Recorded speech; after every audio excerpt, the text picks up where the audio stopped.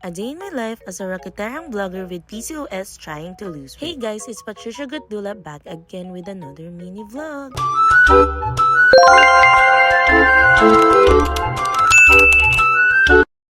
For today's video nga, isi-share ko na naman yung ganap ko buong araw. Syempre, nag-take na tayo ng may PCOS, nag-meds, nag-shake, nag-inject. Pagkatapos nga niya, nag-prepare na ako dahil kailangan na namin umalis dahil Christmas party namin today. Nung nakarating na nga kami doon, syempre, ang unang-una kong gumawa ako ng props para sa Christmas party din namin bukas. Grabe, inabot na ako ng gabi, tinutulungan na nila ako para sa costume ko, mga auntie. Sabi kasi doon, costume should be DIY or recycled only.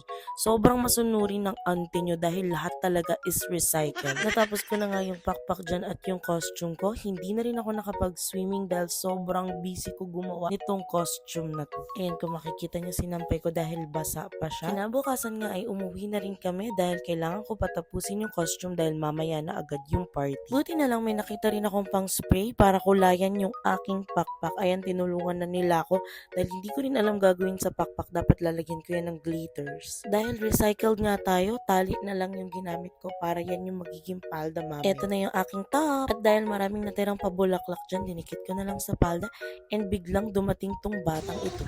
Ito for Papa JJ, ito sa'yo. Okay, thank you. So, ito na ang aking final look. Pak, diba? So, ayun lang muna for today's video. See you on my next one. Bye!